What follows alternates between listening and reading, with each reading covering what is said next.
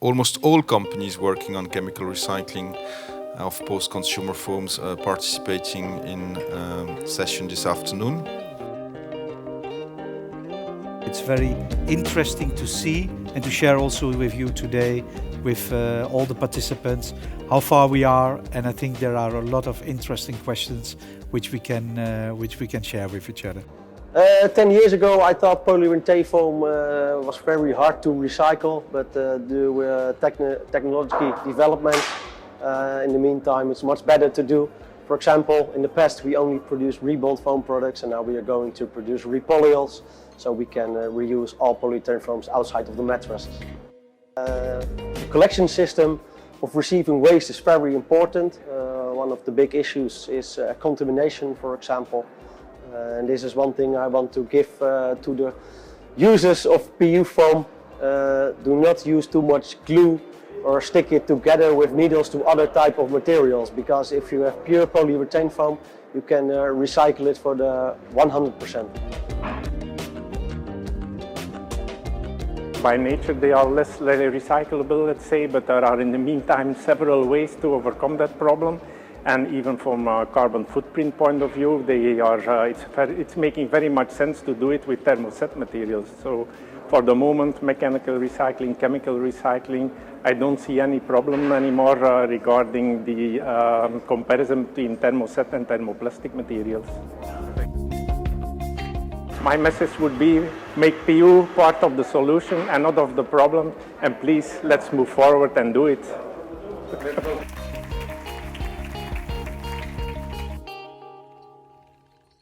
Thermosets versus thermoplastics. Just because something is thermosets doesn't mean it's impossible to recycle.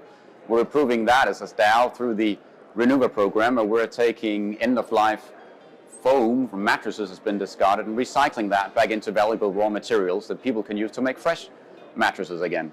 So it's definitely not impossible. Challenge, yes, but we as an industry are ready to take that challenge on.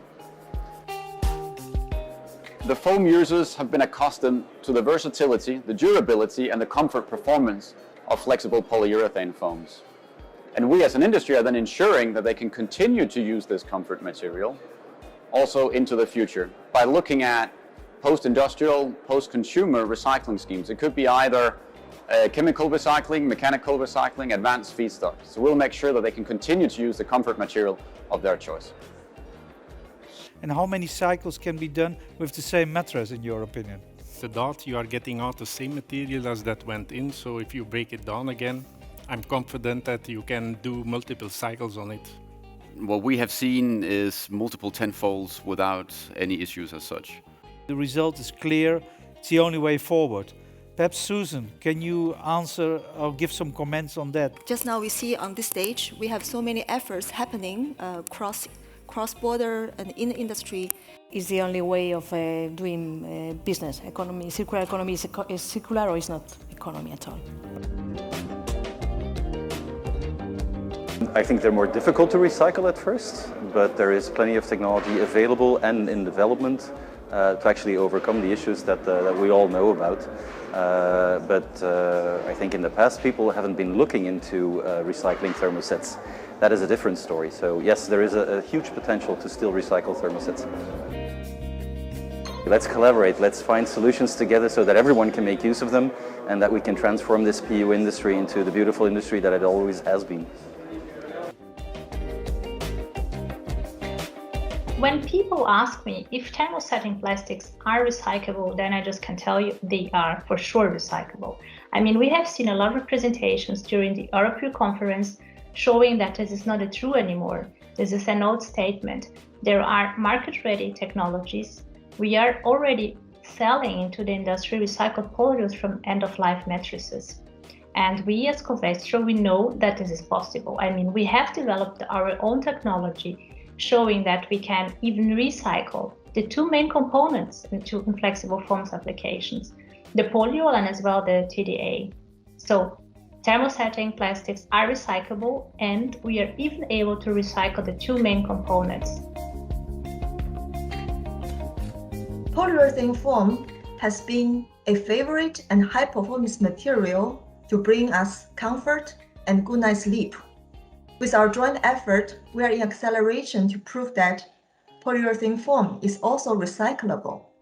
We see 3 key levers to transform from linear to circular: right technology, optimize cost, and value creation for each step of the value chain.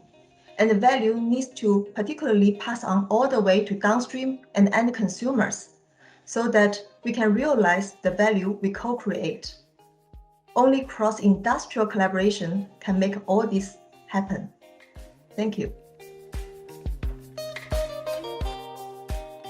Regarding thermoset material, it is true that it's been a challenge to recycle thermoset materials, but now things are changing, and are changing because of 2 main topics. First, because there are technologies which are available so far, and the collecting is starting to be separately.